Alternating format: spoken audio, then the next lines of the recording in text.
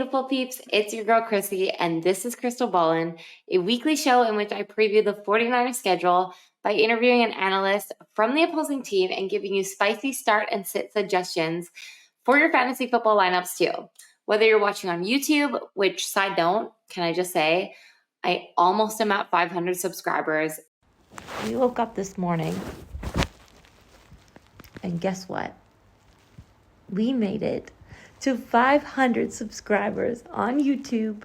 We're so excited. Yes, we are. And I'm smitten with each and every single one of you. I'll be sending somebody a jersey as soon as I figure out how to randomize and pick a winner and all that. So if you have any suggestions, drop that in the chat, please. Drop me a comment, whatever. I need some help with that because I have no idea how to pick anybody. You guys also could be listening to this fancy little show on Spotify. Yes, no big deal.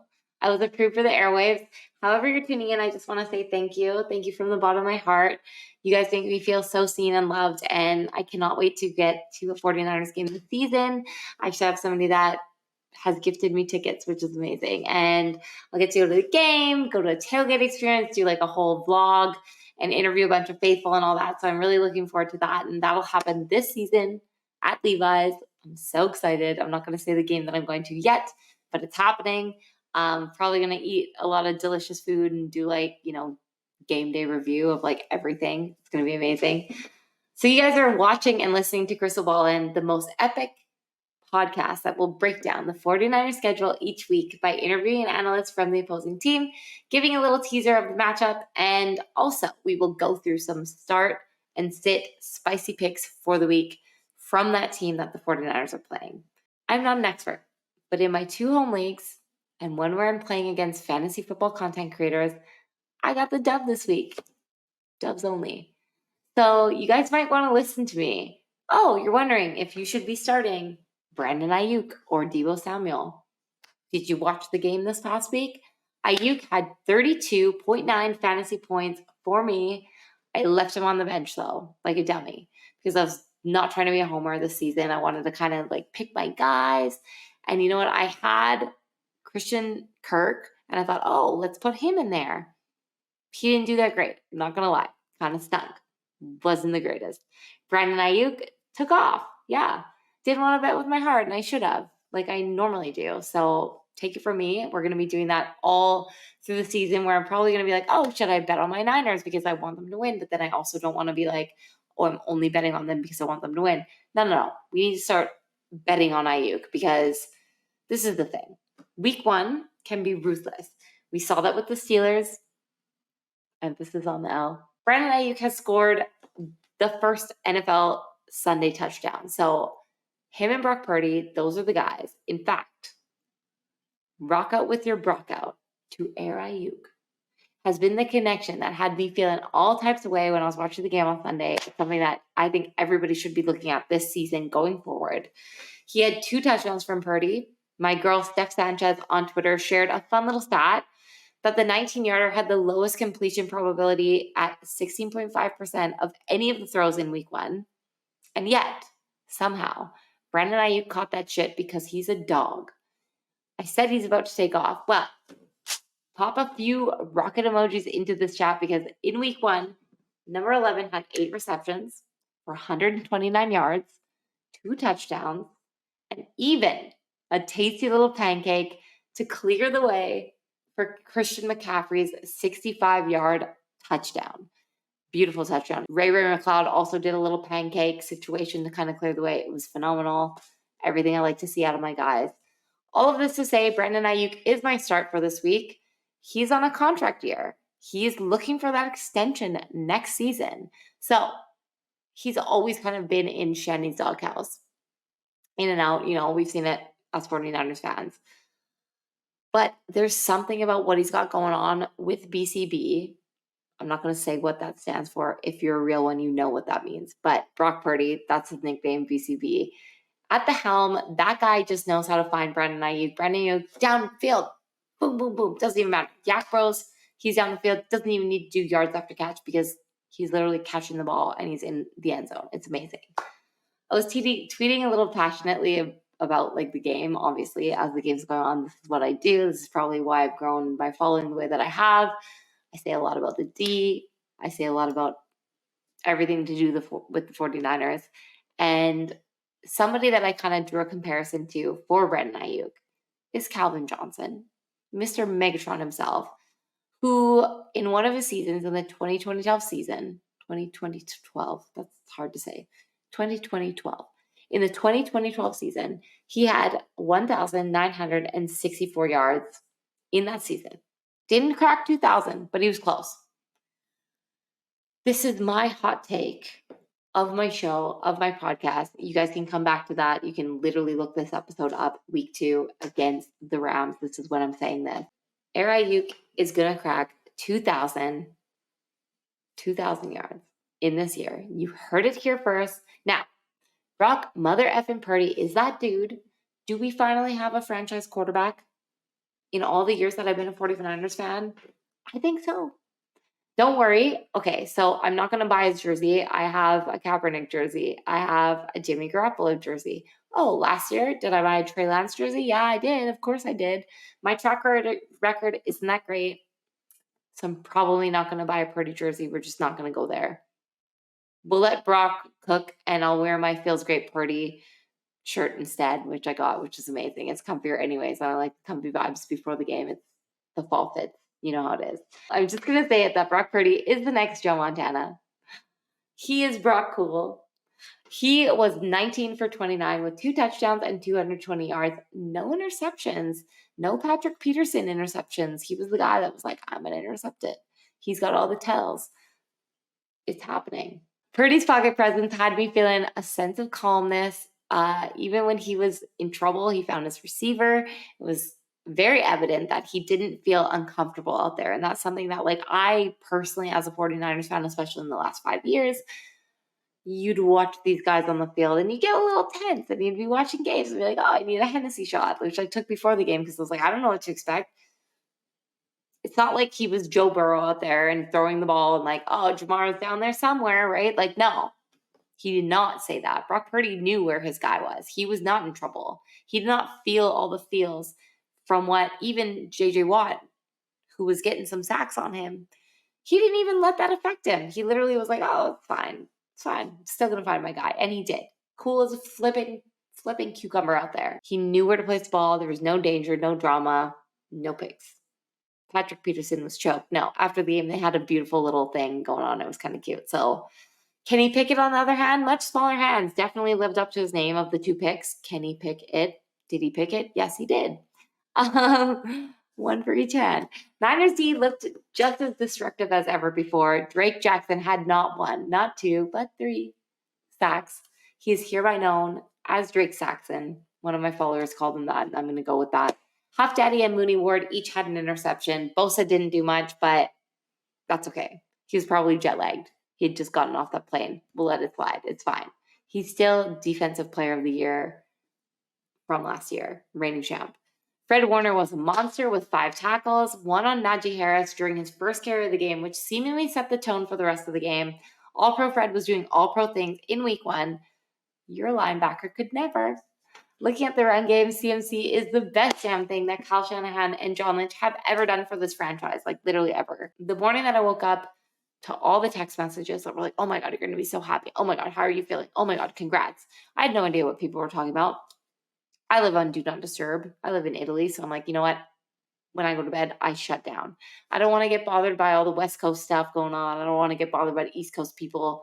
I just live in peace over here on the lake. It's fine.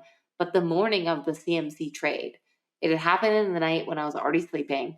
I woke up to my phone buzzing like crazy. And I'm like, you know what? Something's happened. It's happened. Something's happened. And I had wanted CMC. And I knew that it was actually the Rams that were going all in on CMC aside from us. But we said F them picks. F them. F them. And we got Christian McCaffrey. And I woke up that morning. I jumped out of bed. And I'm pretty sure I woke up my husband. He wasn't my husband at the time, but we got married not long ago. And I'm like, oh my God, it's happening. And it happened. CMC is now on the 49ers. Ever since he's joined the squad, it's just been like a breath of fresh air. The other team that almost went in on CMC was obviously the Los Angeles Rams. Now, if you don't remember, they had just 5 wins and 12 losses last season. the Niners literally said F them picks, and it paid off. And for the Rams, they at least have Aaron Donald. I keep wanting to say Aaron Darnold because we have Sam Darnold. And Hey Darnold is in my head. All right, speaking of Rams and a big bad Donald who scared the poop out of Geno Smith and the Sea Chickens this past weekend, literally. Well, at least it sounded like it when I was listening to him. So, yeah, it was kind of hilarious. Oh my God. My next guest is actually the host of NFL Off the Edge show. He's the CEO of Downtown Rams and the host of Bleed in Rams and JE Live. His YouTube channel is absolutely popping with nearly 20,000 subscribers. He may support one of my rivals, but he's a top quality dude with an epic podcasting setup. Ladies and gents, please give a mini cheer to Jake Ellenbogen. Hey, what's up, Jake? What's up? How you doing? I'm good. How are you? I'm good. I'm glad I'm here. Wow. I mean, that intro, like, you just like now I have to be up here right now. I have to be on my A game. I mean, you just sold me to everybody essentially. Dude, you sell yourself every week. This was so easy. Like all my research, I was going through everything that you've done and I'm literally smitten and I'm inspired. And I feel like everybody watching this, even though you're a Rams fan, will give you, it's fine. We're all gonna cheer for you this week, just you as a person, not your team. But yeah, I mean, it's amazing to have you on. Thank you so much for joining me. And I just wanted to touch on something we actually talked about earlier, which is amazing. You dropped some crazy news today. For anybody that doesn't follow you, because I have a lot of Niners fans and everything, and maybe they don't follow the Rams people, but can you tell us what you were able to break today, the news that you broke? Yeah. I mean, I didn't get a ton of credit for it. It seems like multiple sources, huh? Interesting. Yeah, I heard, and this is the thing, I didn't reach out for this. And, when you're in the news breaking industry, which I'm not, I'm trying to build my brand, essentially. Break something here and there. I like making original content. That's my bread and butter, not being Adam Schefter. But I can occasionally throw something out there. And, I had it presented to me. It was like, Matthew Stafford, done deal. He's going to be, on the quarterback. And this is something that was presented to me early on, like about a few weeks ago and before the season. And it sounded like it was dead. And then all of a sudden I get 2 days ago, I've been sitting on this for a little bit because I've been told to, but 2 days ago I was told Matthew Stafford, done deal. There's, he's mic'd up for the Seattle game, or he was mic'd up for the Seattle game. Mm-hmm. NFL Films is all around the facility, which that doesn't happen, unless you're filming All or Nothing, which the Rams are not part of that. Yeah. So you had the executive producer, Peyton Manning, and Keith Cosrow, who I've actually interviewed before, who's behind, the Hard Knocks and, mm-hmm. All or Nothings of the world. And they've been a part of this. And, it sounds like it aired July 12th, I believe, this year. So we should be seeing the quarterback season 2 on Netflix, which is heavily inspired. Anyone can tell you what they want, but it's heavily inspired by the Formula One racing Drive to Survive series. Yeah. And so, season 2, big deal here. I've heard all sorts of rumors. I won't, speculate on who, but I will say this. It would be really interesting if you had a Matthew Stafford, 35 years old. He's now the oldest quarterback starting in the NFL with Rodgers out, unfortunately. Oh, sad. I was going to say Rodgers was definitely the dude, but yeah. So Rodgers, you don't do that, obviously, with the injury he's going through. You're not going to document his Achilles tendon. You don't do that. So I thought about it and I'm like, what about Brock Purdy? Ooh. Like the ascending, the golden boy, by the Golden Gate Bridge. What about Brock Purdy? I thought about Tua. I think Burrow's got I think that's the rumor, is Burrow's going to be one of them. Has he denied it? I know there were a bunch of dudes that were like, "Nah, this is a distraction. We're not doing this." But Burrow has not denied it. Yeah. So Stafford actually denied it last year. Oh, he did. Oh, yeah. So there were a bunch of people that denied it last year, and I think it was like delayed reporting where people now kind of clump that into this year. And I don't think anybody's truly denied it this year that I've been, hearing. But yeah, I mean, I think it'd be really cool. Purdy, getting, some young blood in there last year. You just don't want to have a Marcus Mariota situation. You feel so bad for the guy. He gets replaced, Yeah. and it's like, and it didn't end well there either. So you want to avoid something like that. But I do think like Zach Wilson it wouldn't work, right? Because he came into the whole situation as a backup. They've probably already figured out because they already have Stafford. I would imagine they're also already filming 2 others, but it's already set for sure. Yeah. Brock Purdy, coming back from that injury, that would be nice to document that. The 49ers are, one of the top Super Bowl contenders. Tua would be, I'd love Tua, and I'd love Anthony Richardson. I'd like to see a rookie do it. Okay, yeah, I kind of like that.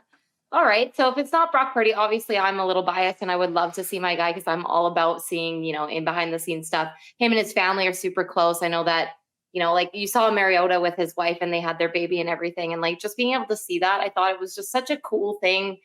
These guys that we look up to on the football field, getting to see a little bit of their personal life. You got to see that with Kirk as well and with Mahomes. Yeah.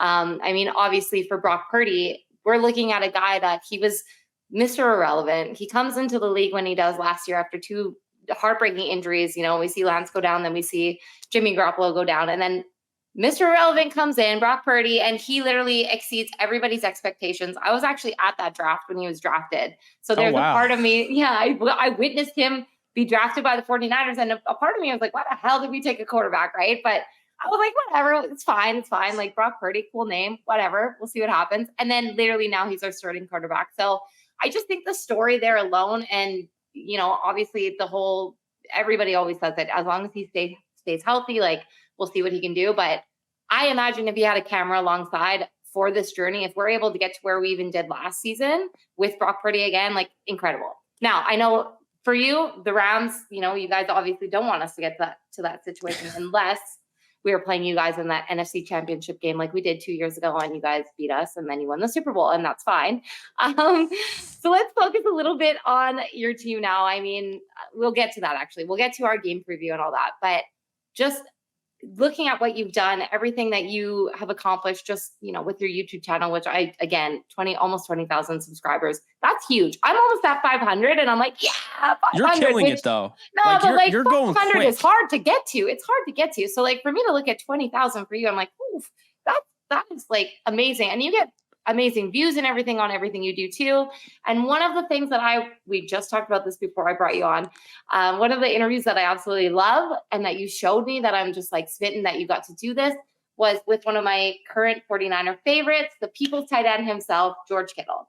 So please tell everybody, because I know I'm going to have a lot of Niners fans in this that watch this. How did you manage that? And what was the experience like for you? Oh man. So I've been obsessed with the draft. It's been a bloodline thing for me. My dad was obsessed with the draft when, he was younger, and it was harder for him, obviously. So he had to have like these books, he had to have these notepads. He had to, I don't even know how he did it, honestly, because I just have YouTube and I have connections that can get me all 22 tape, but he didn't have that. But either way, he got really into it and, kind of passed it down to me essentially. Like, I talk to him all the time, like, yeah, like this prospect. And he's like, oh man, I remember when I wanted Marvin Harrison. I wanted the Rams to pick Marvin Harrison, and they picked Eddie Kennison, and I was so upset. That's how I felt about the Rams picking Gerald Everett over George Kittle. Kittle, I watched the tape at Iowa, and he changed my entire. I have such a bias towards Iowa tight ends. It's unreal. And I try not to have biases. Yes, it's a good bias because there's just something in the water there in Iowa. I don't know, but Kittle, Hawkinson, Fant, and now, of course, my number 1 tight end in this draft, Sam Laporta. So, yeah, Sam. They're doing something right over there, but I just remember talking. First off, let's just start from the beginning here. Love George Kittle's tape. Okay. I don't know why the 49ers drafted CJ Beathard in the 3rd round. He was the reason George Kittle went in the 5th because he hardly got the ball. But Kittle's blocking was the thing that was like, okay, this guy's a football player. This guy is trying to bury you 6 feet deep. And I loved that about him. I love just the finisher that he was. And, then you see him, the one-handed catch. I'll never forget. He makes a diving one-handed catch over the middle. And again, I don't understand how Beathard went in the third round because it's thrown way too short. And Kittle's like this, and he catches it.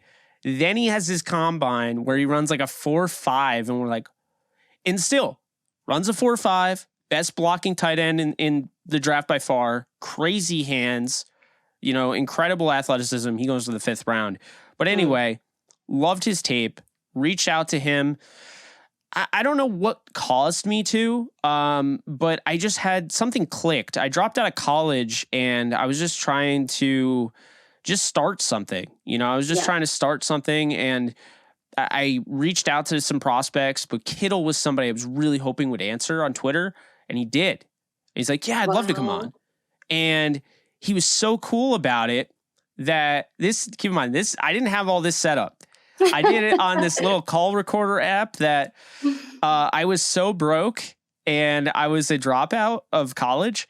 I asked my parents if I could use their Apple account to get the premium version of the call recorder app so I could record the full interview and it wouldn't just cut out. The struggle. Yeah. So yeah, I mean, I did. And, he was such a good sport about it. I mean, the recorder app was terrible. You can hear like in it, but whatever. I just remember him talking about like his credits not transferring and almost like having to take like summer school essentially. And like, just, everything like he went through, and, he's just like, I'll never forget. He's like, if you want to play at Iowa, you have to block at Iowa. He's like, and there's nothing I love more there's nothing that's more, I forget the exact quote he used, but he's like, there's basically nothing I love more than moving a guy from point A to point B. And I was like, yep, this guy's going to be special. He's got this just mindset. It goes with this film.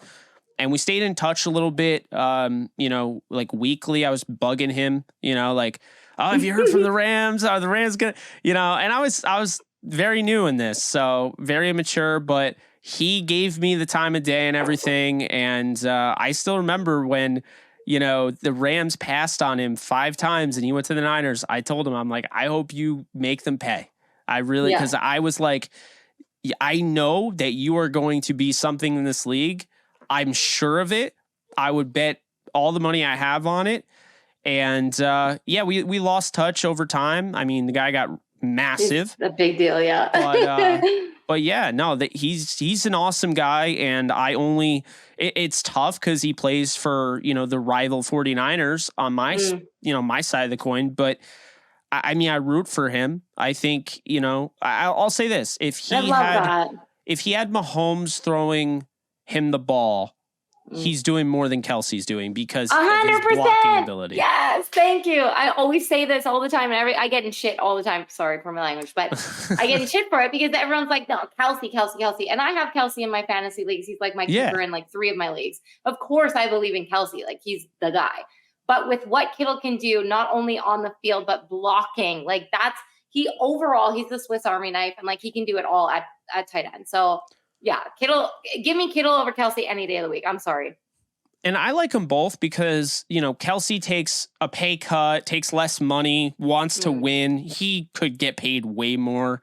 And I like Kittle because it's like, oh, okay, this is the Ayuk game where he gets 2 touchdowns. I'm going to just do my thing. He doesn't, he's not a cancer in the locker room. He's not a me guy, right? So, I mean, he knows from his days at Iowa, the guy would sit there and be like, yeah, I'll get 1 catch. I'll make a nice one-hand catch and I'll never get the ball thrown to me again. It's all good. Yeah, he's fine. Honestly, okay. I love that so much that you're all in on I was going to say Kelsey. Now I have Kelsey in my head. I'm still thinking like, is he going to play this week? But anyways, we're not talking about the Chiefs. We're talking about the Niners and the Rams. But for Kittle, I'm glad that you're all about him. And I'm glad that you still support him, even though, yes, you're with the Ramley, but that's fine. So you are a Rams fan. And yet I've done some creeping and you literally live in New York. So can you explain this to us? Because I'm confused. How did this happen? How did this come about? Yeah, so it's funny. I sound like a broken record because I feel like I say this all the time and people are probably tired of it. But My dad grew up in Irvine, California. He was next door neighbors to Rams middle linebacker Jim Youngblood, not to be confused with Jack. They were on the same defense though, and they weren't related. Amazing, right? Jim Youngblood, we're 53, middle linebacker, next door neighbor, got my dad into the Rams. After that, he gets, my late grandfather moves them to New York. He meets my mom. The rest is history. I'm still in New York. So yeah, it's, here's the thing though. It means so much to still be in New York and being a Rams fan. Like I kind of wear that as like a badge of honor. It doesn't make me better than anybody else, but it's like, I can tell you, I actually did. Someone came in my live stream when I was doing JE Live and was like, I will drop you $100 super chat if you can name the 28 quarterbacks that have played and started a game for the Rams. I named all 28 without hesitation. Holy shit. Yeah. Because I've been through it. I watched Tom Brandstater. I watched Jeff Smoker. I watched Keith Null. I remember when Scott Covington came in. I remember when Marshall Faulk, who when is this going to air? When? Friday. Okay. I'm interviewing Marshall Faulk tonight. So oh my God, look at you. You're just doing everything. Yeah, I had to be careful there. But anyway, I'm interviewing Marshall Faulk tonight. Marshall Faulk, I remember I was a little kid and Marshall Faulk was the emergency quarterback for the Rams. Warner was out. Jamie Martin was injured. So I'm not just one of those, I came along for the ride. No. I wore them on my sleeve. I went to school with a Robert Quinn jersey weeks after the draft, and I got bullied to all heck because people didn't know who the hell that was. Yeah. So I was I don't know who that is. Robert Quinn was he's a great pass rusher. Unfortunately, he just got into all sorts of stuff. The hit and run, that was Robert Quinn. I don't know if you saw that. But it was just like, I love this team. And you see in the background here, I like Vegas, but I didn't have an upbringing with Vegas. Obviously, they're a new team. Yeah, Kansas, I love Kansas. I have a huge upbringing with Kansas. The Yankees, my only New York team, although I do like the Jets now. I will admit that. I have a soft spot for the Jets. I covered them last year. And I like the Lakers, but there's nothing. What an interesting situation. It's all over the place. It really is. I also like the New Jersey Devils because I've gone to a bunch of their games. But anyway, all over the place. The point is, when those horns are on my screen, it doesn't matter who's the quarterback. And I don't worship the logo. I'm not one of those people. I know everybody on the team. I know the coaching staff. I can tell you who the assistant defensive line coach is, stuff like that. Yeah. It's just the Rams are different. And this sport was not the sport I thought I was at one point I was crazy, but at one point when I was little, I thought I was going to be a professional baseball player. If you asked anybody, I thought I was going to be in the MLB. Yeah. And I played baseball. I never played football, but it was just always different when the Rams would come on as opposed to the Yankees. And I like the Yankees, big Yankee fan, but when the Rams were on, it's a different feeling. It's like every first down matters. It feels like there's tension. It feels like it's just, my whole week relies on this game. And that's, it's a crazy feeling. Now it doesn't as much because I'm an adult, but when I was when I was little and I was I have to go to school tomorrow and the Rams lost, I was pissed, Yeah.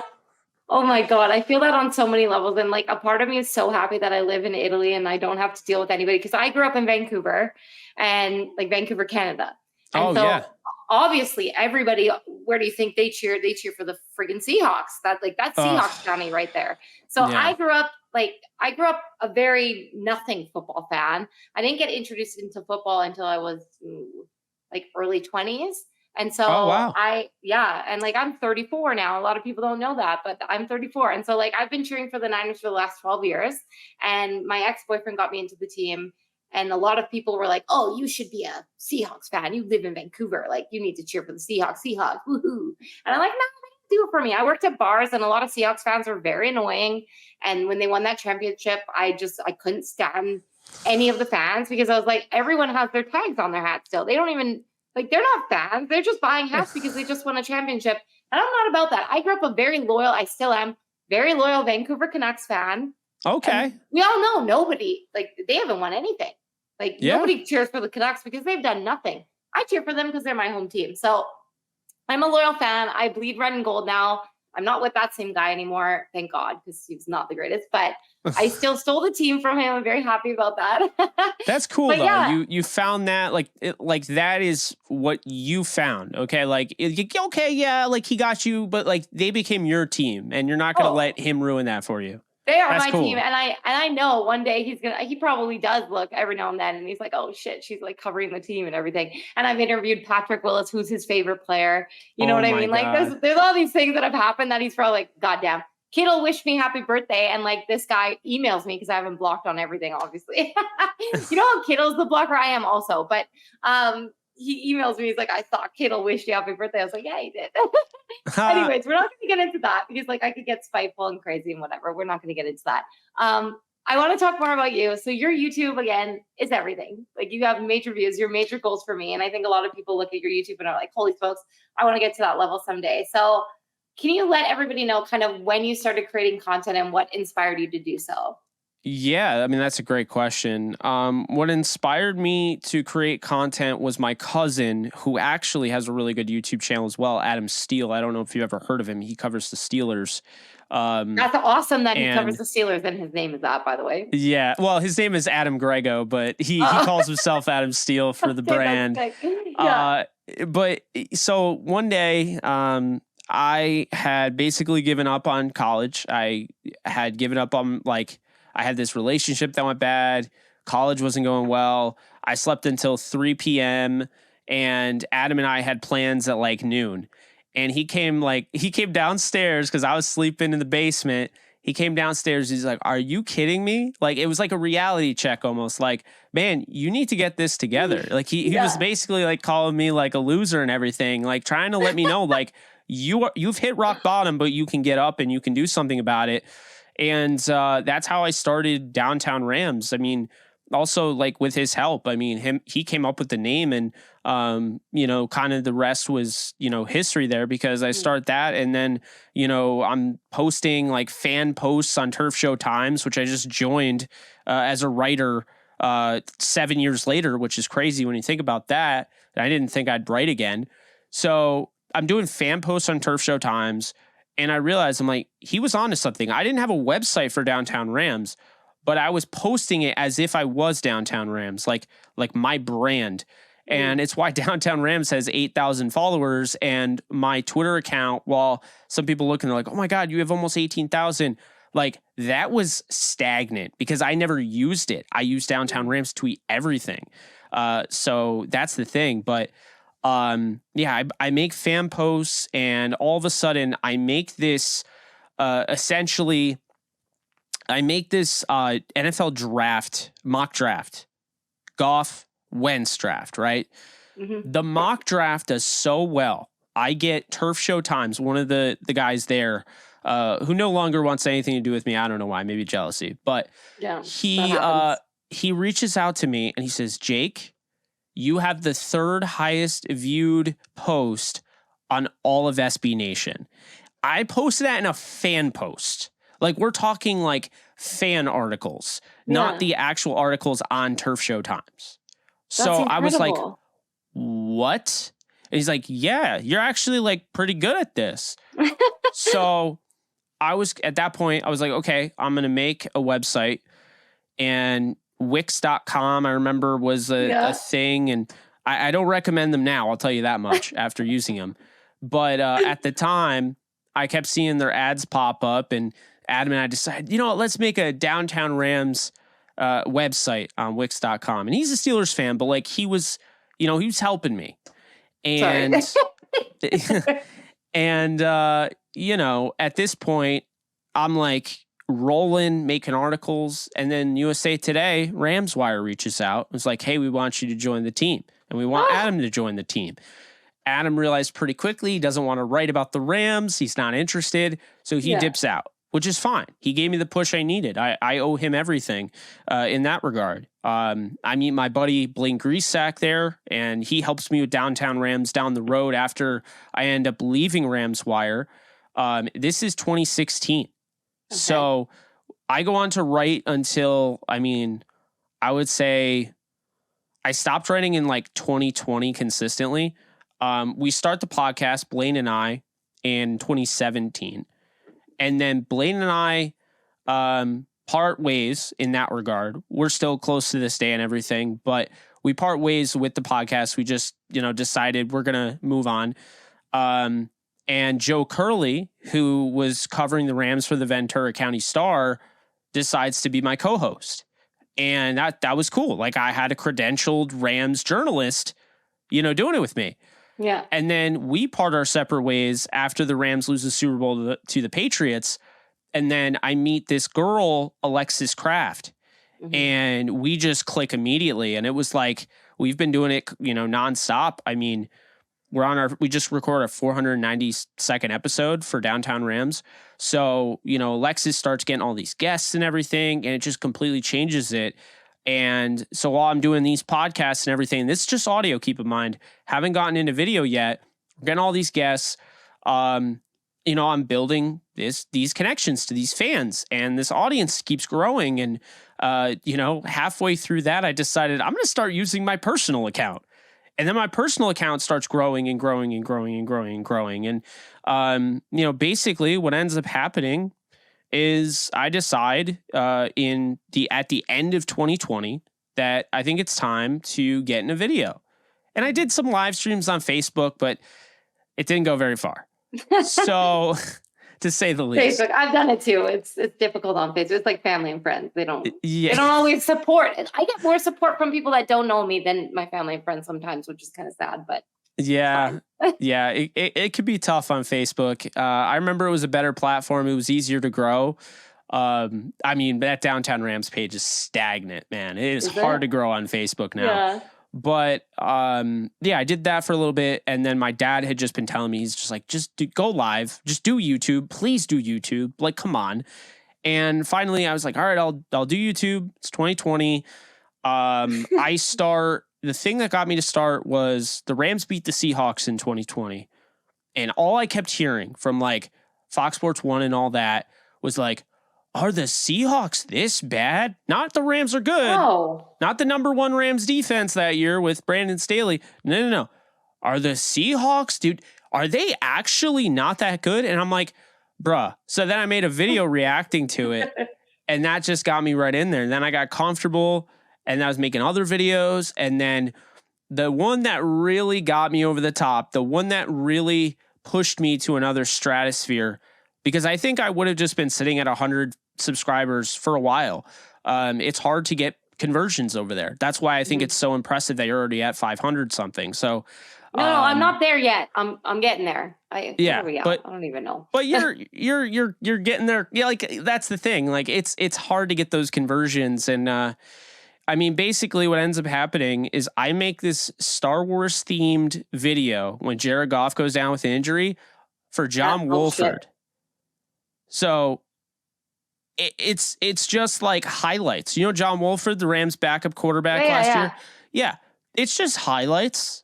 And I'm talking over the highlights. And that goes bananas. But I did, it's the presentation. I got into thumbnail making. So I literally took A New Hope, the original Star Wars poster, and I had it right next to me, and I made the thumbnail on Canva. Make it like everything. Yes. So it was funny because I put Goff in there, and then I put Wolford, and I Photoshop. I find a PNG of a lightsaber with transparent background. I Photoshopped that in there, and so this thing goes crazy because I do the start and I did the Star Wars title, the crawl. God. So I did the sound and everything. It got 28,000 views. What? It got me 2,000 subscribers in like a week. And it changed my life. And I didn't know it changed my life yet. Because I had not gone live on YouTube. I was just making videos. I don't know why. I just never thought I could go live. It's not that like I wasn't capable. I just didn't realize I could go live. Like you could literally go live on this platform. So the 49ers, the Rams Packers game, I go live afterwards and I start talking about, need to move on from Jared Goff, Matthew Stafford, Deshaun Watson, way before all that. And I don't know what happened, but I got a studio with Adam. We were going to start our own NFL show. And when I was in that studio, I just found this renewed energy where I was already like working hard, but I had never reached this level where I'm going live every night. I'm like, I'm driving to the studio, mom and dad. See you later. And I'd be there. They're like, when will you be? I don't know. I don't know. Yeah. 5-hour streams, like every night. It took like one stream after the Rams got eliminated from the playoffs. And then this one thing happens, and oh my God, does everything change after this? Okay. I am talking about the Senior Bowl with Blaine, who was my former co-host. And in the middle of the stream, this is me. Oh my God, the Rams just traded for Matthew Stafford. And we're live. So oh my God. I have to make a decision here that may not be so flattering to the person who I just had to cover this topic, who's the expert of this topic in this situation. But I'm like, Blaine, I think we're going to be live a lot longer. I'm going to let you talk about whatever. Buy me some time. I'm going to go on Canva. I'm going to make a graphic.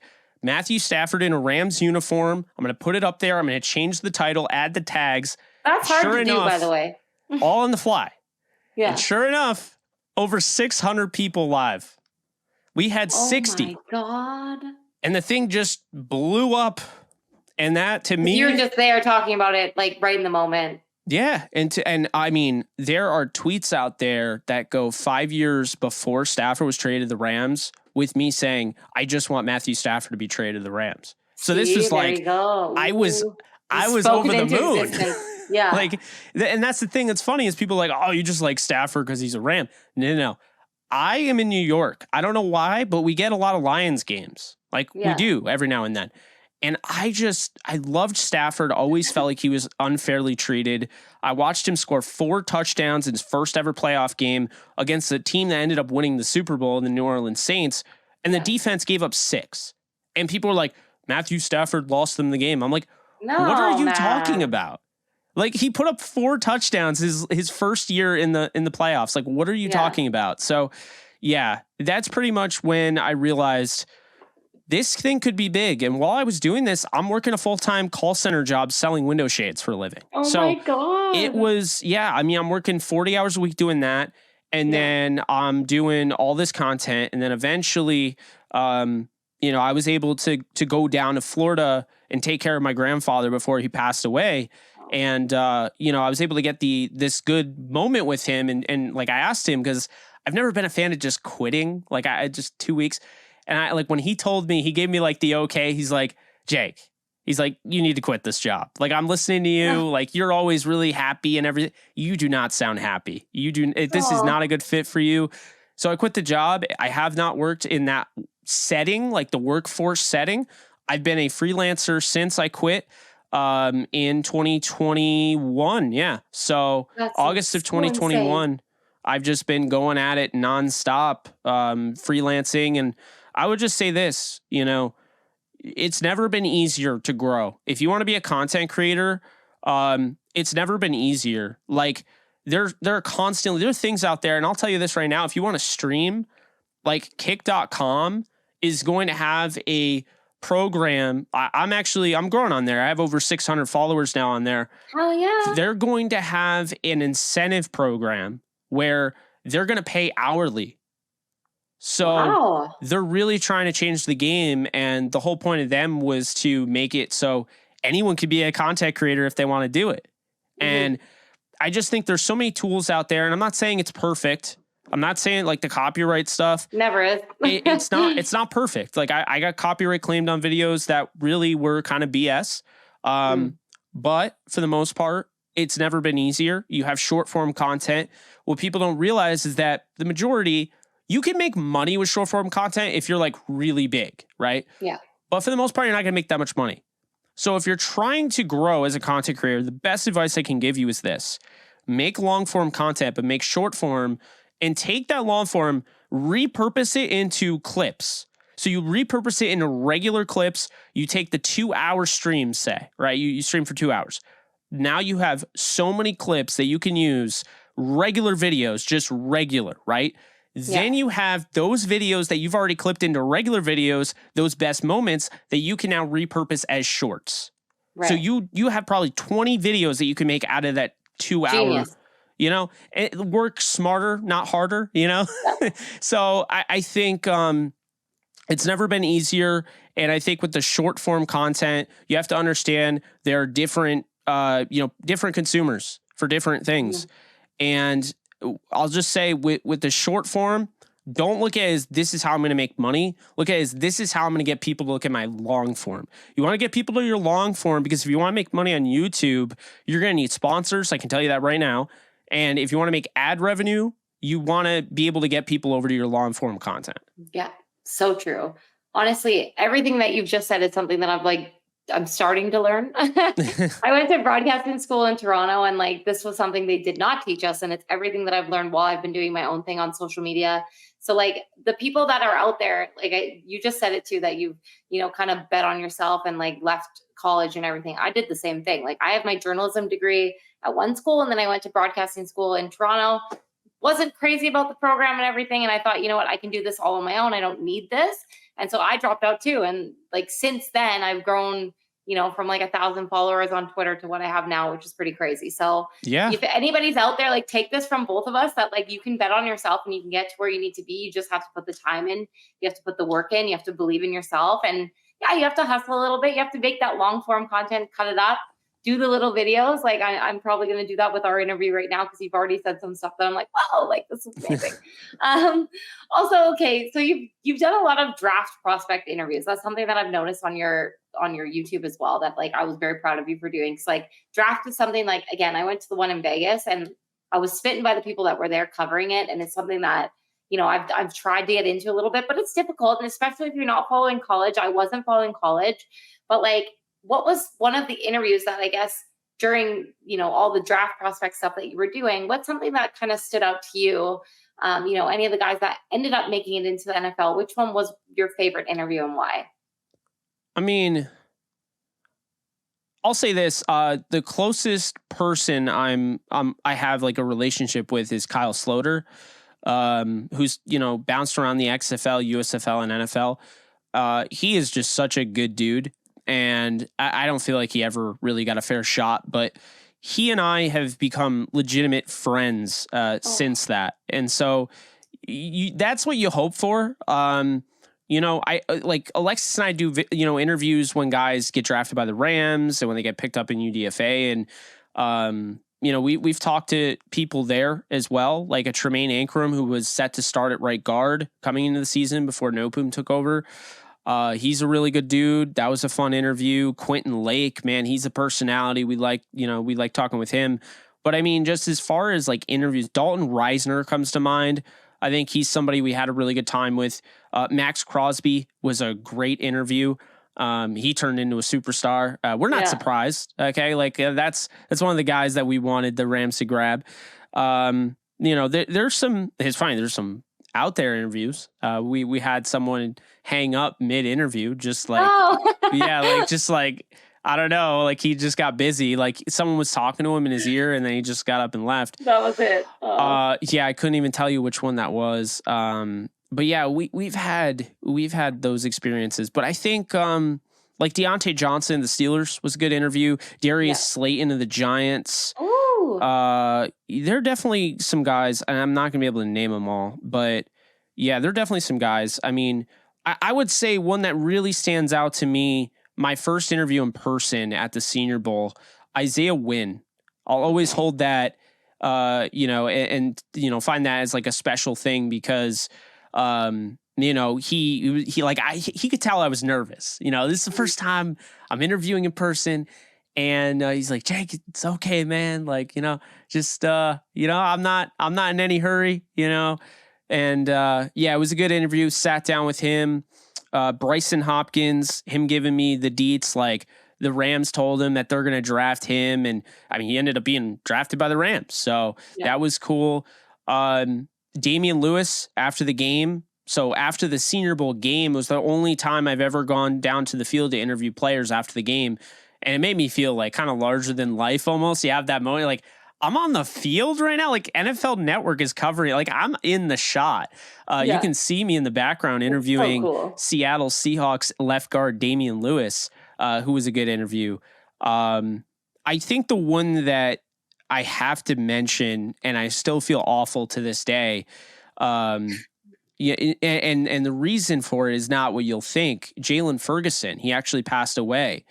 He was the Ravens pass rusher, and he unexpectedly passed away. And him and I developed a little bit of a friendship from that. You know, we were talking, and he's like, I appreciate, you know, everything that you're saying about me. People say I'm not fast enough. I don't have enough, you know, explosiveness. I don't have enough juice off the edge. And, you know, you're putting out those tweets and you're backing me. And, you know, it was a cool thing to be able to go back and forth. And, you know, we got a picture together, which is something that you're not really supposed to do when you're like a journalist, but at the same time, it's like, I'm not a journalist, you know, I'm kind of versatile in that, you know, in that sense. Mm-hmm. But, no, it sucks. It really does. He's a good kid, and, you know, it's really a shame. But and not to bring, you know, the podcast down a notch, but it's just that's one that stands out to me. You know, the fact is we did an interview on air, like just over like the air, right? Yeah. When I saw him at the Senior Bowl, it was all talking. You know, it was like we just basically hung out for a little bit and just talked as human beings, and that's kind of the bummer about that. Yeah. And that's honestly, so, I mean, just to kind of lighten it up a little bit, that's something that I really appreciate about what you do. And like, even the interactions that I've seen that you have, you know, not only with just regular people on Twitter, but even some players as well, that you see the person first. And that's something that I think I connected with you the most, is that you don't get caught up in like, this person's like this player, they're, you know, almost like a superhero kind of thing. No, like they're the human first. And like, you see that first. And that, even just with what you just said, like you can see that with your vibe and everything. And I love that. So I appreciate you saying that. Okay, let's just get on a higher note here. So yeah, of course, we're gonna look at what you guys did this past weekend. So I'm not gonna lie, I was looking at the Rams this year, and I was like, oh, the Rams aren't gonna do that great. Like, you guys are going out, whatever. Like, if it's anybody in our division in the NFC West, it's gonna be the Niners and then the Seahawks, right? But you guys took the Seahawks out this weekend. You took them out for dinner, and you made them pay the bill, and it was amazing. So can you they had no answer. They had nothing. Geno Smith and the Sea Chickens, like, they just had no idea what was going on. So for any of us that I guess didn't watch the game, can you just kind of sum up what happened? What did your guys' team do very well that you're super impressed with? Well, so obviously they won, you know, 30-13. And what I'll say is this: when you have a team like the Seattle Seahawks, who's a division rival, and you go in that unprepared at home, I have to assume you just didn't take the team seriously. And I don't want to be the boomer that says they were looking at the press clippings, but it almost seemed like they were, because, you know, to come out like Cooper Kupp, that news comes out, and, you know, watching the game, I'm like, did Pete Carroll and the Seattle Seahawks just really think the Rams weren't going to throw the ball? Oh, Cooper Kupp's out, we're just going to run the ball 80 times. They run at 40, but it was just the Seahawks, the defense, what they had, they basically made it their mission. They were going to sell out to stop the run, which it sounds funny because, you know, they gave up 2 rushing touchdowns, but that's just the way the game worked.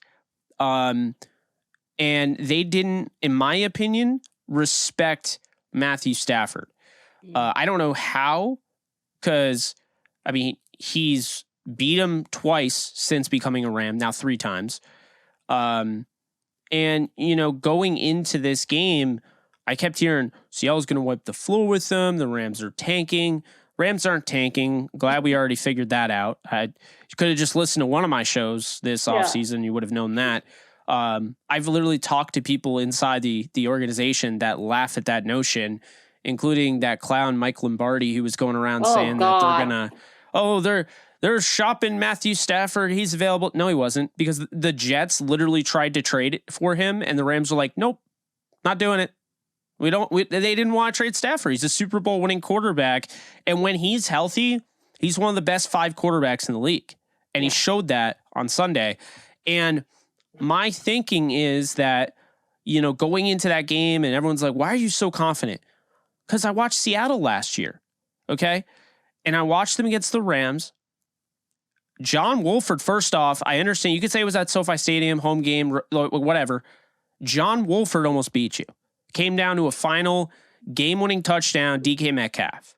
And then the last game of the year, you already know with the calls in that game that kept the Lions out of the playoffs. I mean, everybody was buzzing about that. Executives said it was the worst officiated game of the year. And regardless of the referees, because I don't want to go necessarily that way, Baker Mayfield, who I like, he played well on Sunday, and he's a good dude. I'm rooting for him. Baker Mayfield has limitations. And I said it on all of my shows to the point where I was blue in the face. Tutu Atwell had his way with the Seattle Seahawks defense in week 18. And Baker Mayfield in the cold, because keep in mind, Seattle, to be fair, in January is not where you want to be. No. You definitely don't want to be throwing 50 yards down the field. To Baker's credit. So Tutu Atwell probably could have had 3 touchdowns in that game. Baker couldn't get him the ball. And it's like they didn't even watch the tape, because once again, Tutu Atwell was going all over the place.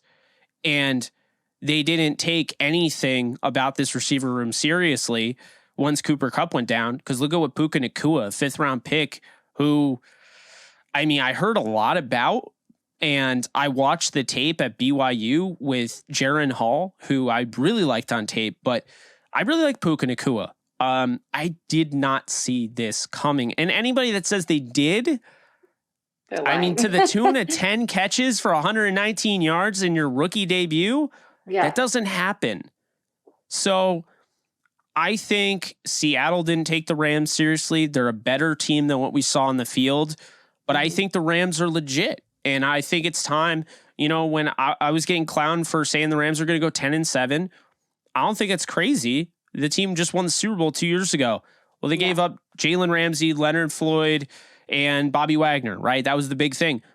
The defense gave up 12 yards and a first down the rest of the second half. That same defense, without Jalen, without Leonard Floyd, and Bobby Wagner on literally the other team. I know. Oh, and you saw them all celebrating him, right? Like, that was something that they're all like, yeah, he's back. And it's like, well, you let him go. I know. I can't stand when they do that. I love that guy. I wanted him on the Niners. I was one of the biggest persons that was like, okay, get him to Bobby's the Niners. a good dude. I don't like Rams fans were getting on him for the quote, like he wanted to win. And I'm like, that's a report. That's not a direct quote. It's not like he came out and said that. So I'm always iffy on those reports out there. We don't know. It's to rile us up. It's always to rile us up. And it's to just get social media going. You realize that there's a clickbait society that's going on now, right? So a lot of people. With Jalen Ramsey, he comes out and says this is one of the best or this might be the best defense he's been around or whatever. And Rams fans were in a tizzy, and I'm like, he won a Super Bowl at the Rams. He's forever etched in Rams history. Can we just let him be? He's on the down. You trade him to Miami, so it's just he's on the Dolphins. Just let him be. I don't know. Yeah, I know. But I agree. Were you surprised at all by the next man up mentality that your guys' team had? No, I believed in this team. I thought that this defense, and I still think this defense is going to go through its moments, its peaks, its valleys. This was a peak, I think, of valleys coming up against the 49ers. It's a lot of weapons to cover. Okay. Brock Purdy is legit. I think the best thing that I heard about Brock Purdy, the best analysis did not come from an analyst, coach, former player, came from a current player. Micah Parsons said it the best. The only thing Brock Purdy has not proven is winning when facing adversity, because he hasn't been in those situations where he has to come from behind. That's not his fault, right? No, they've been winning. A really good team. Yeah. But, and you can't say the Eagles game because he was injured. So exactly, you couldn't come back from that. But I feel like that's the one thing where we have yet to see him really trail in a game. Mm-hmm. And that's the only thing that's really holding me back from being like planting my flag. This is what he is. But from what I've seen, and I understand it's a quarterback friendly offense, but he's looked really good. And I think that Steelers game should have put people on notice. Like, the Steelers are a good football team. I saw too many saying like, oh, the Steelers, they're trash. They're worse than we thought. I mean, you got to give the Niners credit. Like, they had every single thing planned out that they wanted to do. And TJ Watt still had 3 sacks, and it's like it didn't even matter. Yeah. You know, and he was unbelievable, and it didn't matter. So it's going to be a more competitive game this week for sure for the Rams, I think, going up against the Niners. They're going to give the 49ers more of a fight. I think you got the Steelers on just a really bad day for the Steelers. I just don't think they were ready. Yeah. They came out flat. And this is why, if I was a player, I'm not saying anything before a game, because Patrick Peterson riled up the 49ers. You could see the Niners aren't great when going across the country to start the season. No, but the track record shows it. But that game, you know, you come out and you start saying, oh, I see Brock Purdy has tells here, and it's like, I'm going to intercept him. Okay. We're still waiting. All right. Here's what I'll say. I don't care if you hate the person. I'm not saying a word. I'm not giving them any bulletin board material. I'm going to go out there and I'm going to win. You know, the Rams used to play in St. Louis, the show me state. The whole, like, people don't know what show me means. It's show me, don't tell me. Right? Yeah. That's the whole motto there. I actually love that motto. It sounds weird. It's like the show me state. What does that mean? It's a great motto when you think about it. Show me, love that. Don't tell me. Yeah. Okay, it's interesting you bring that up, because my next question I was going to ask, so obviously now we're looking at Rams week, 49ers week. This is what I wanted to have you on for in the first place. The first game that I have first and only game that I've ever seen the 49ers win when I've gone to a game was in St. Louis against the Rams, when you guys had the dome and we had Kaepernick, we had Frank Gore go off that game. Like, it was an insane game. It was 2013, I want to say. It was a close game. Yeah, so like it was still pretty nutty though, and like that atmosphere in there was insane. And like St. Louis itself, I had a really good time. I went to the Arc and everything, went up that thing. I'm terrified of heights. That was scary, but too. I did it. I don't care. Have you been to a game? And if so, what was your favorite game that you've been to? So fun fact, I never went to the Edward Jones Dome. It just never worked out. I visited St. Louis when they were in St. Louis, but it wasn't football season. It was February. Okay. I had gone to Lawrence, Kansas to visit family out there right after they had lost in the 2012 NCAA championship game to the Kentucky Wildcats. So on our way back, we went to St. Louis. I went in the Arch and everything. Had an asthma attack. I do remember that. So my uncle had to run like 6 blocks back to the car wherever we parked.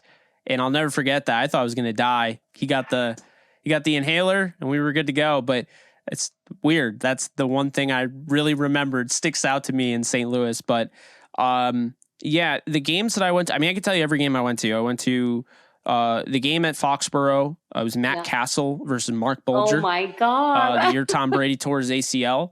Throwback, yeah.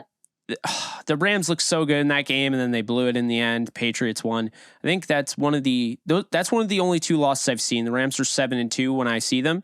I watched them win 51-17 against the New York Giants at MetLife. I saw them blow out the Giants again at MetLife. I saw the worst game of all time until the preseason game, the 41-0 preseason game they lost this year. The 9-6 win, it was Case Keenum the week before he got replaced by Jared Goff versus Bryce Petty of the Jets at JetLife Stadium. And then I saw the Buffalo Bills game in 2012, Sam Bradford. The Rams were still in the playoff race. We used to actually be that delusional and think they had a shot. And they're still in the playoff race, and Sam Bradford leads this team all the way down the field in the freezing cold against Ryan Fitzpatrick and the Buffalo Bills. And he threw a game-winning touchdown to Brandon Gibson, and I lost my mind because that was the coldest day of my life. I still have not recovered. I was wearing 7 layers in Buffalo, still frozen. Like, it was insane. Yeah, it's a different weather there, man. I lived in Toronto and it was very similar and it sucked. Oh, yeah. Yeah, I don't like Buffalo. I'm just going to say it right now. I don't like Buffalo. I think a lot of people do. And then I went to 3 games at the Coliseum. I've never been to SoFi. I'd like to go. No? Okay. I've never that was been going to be there. my next question, if you've ever been there. I have not. I went to the Coliseum 3 times. I saw them lose in Sean McVay's second ever game to, at the time, the Washington Redskins, which I still can't believe they lost that game. Aaron Donald had just come back from his holdout. So he held out the first game. People forget about that. He held out Sean McVay's first ever game when they beat the Colts 44-16. But then I saw them the next year, the year they went to the Super Bowl. I saw them beat Aaron Rodgers and the Packers. Wow, nice. And, that game was crazy because they had a chance. Aaron Rodgers was going to get the ball back. He was going to go down the field and probably win the game. Yeah. But Ty Montgomery came out of the end zone and fumbled the ball. And I was like, let's go. And like, that's the game. I don't know if you remember, Todd Gurley ran like 70 yards down the field. Every fantasy football dude wanted to kill him. Gurley was on my team that year, and I loved him, and I almost won a championship. I love Gurley. Gurley ran 70 yards down the field, and since if he scored, it would have given the Packers the ball back. He laid down at the 1 yard line. Yeah, dude, and I remember. My phone exploded. Like, you have to be kidding me. I hate Todd Gurley. I just lost all my money. And I'm like, I don't know. I mean, if he goes in there, that's the only chance they have of losing. Right. If he just kneels down, the game's over. So, yeah. So that one. And then 2019, unfortunately, that was the last year I went to LA. I went 3 years in a row. I was fortunate enough to go 3 years in a row. I went with my best friend, and Alexis was also there for this one, and my friend Jillian. And we saw the Rams and Saints, and that was the game where Teddy Bridgewater came in because basically the Rams banged up Drew Brees' thumb, if you remember that whole injury. I do remember that, yeah. So that was the game I was at, and the Rams just had their way. And it was funny because, I like Drew Brees, but Saints fans, after that no call in the playoffs, they were trying to petition the Supreme Court. And it was just funny to see the Rams weren't as good as that Super Bowl team coming back in 2019. And they beat the brakes off the Saints. And it was just you got your rematch and you lost. And it was on our turf and we went to your turf and we won. So, it was kind of funny because there were a lot of Saints fans there and they were talking that. They were like, you guys should not have been in that Super Bowl. You didn't deserve it. And then, the Rams punched them right in the mouth. Amazing. Oh, I love that you know every single game too. I've been to, I want to say 4 or 5 Niners games. A lot of them have been at Seattle, obviously, because I grew up in Vancouver. So it's right there. I've been to Candlestick once, and then I've been to Levi's once. But that was we played Arizona and we lost to them. That was 2017. We were a terrible team. I'm pretty sure it was Nick Mullins in there. No, or CJ. It might have been CJ. That was everything was going wrong. I've not been to a winning season of the Niners since. And a part of me is I should never go because if I go, I'm the bad luck charm. They're going to lose. So this year I'm hoping to get out to one. I don't know which one, but I'm hoping to get to Levi's for one, but we'll see. I did see, and this is something I need to ask you about because I don't know if this is just something I saw on Twitter, and you know how Twitter can be. I saw a headline that there's going to be AI bots sitting in place in the stands as fans at SoFi. We call it Levi Self. I'm sorry I had to say it, but this is a joke, right? Can you tell me this is some kind of sick I Am Legend joke? So I saw that. All right. Do you want tough or fluff? I want tough. Give me tough. All right. So they're doing it to essentially, it's one of those promotional things. I don't know if you watch baseball at all, but the smile thing. Is it something to do with that? Thing. Yeah. It's like that. Ooh. The problem is those are actual AI, bots. I don't want them sitting in attendance. That's kind of weird. If you went fluff, by the way, I would have just said, the Chargers need fans. So, there you go.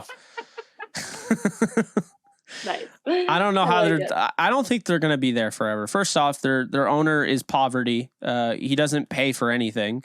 He doesn't. The owner of the Rams bought everything, the whole campus, the NFL Network studios there. Rams owner bought the entire campus.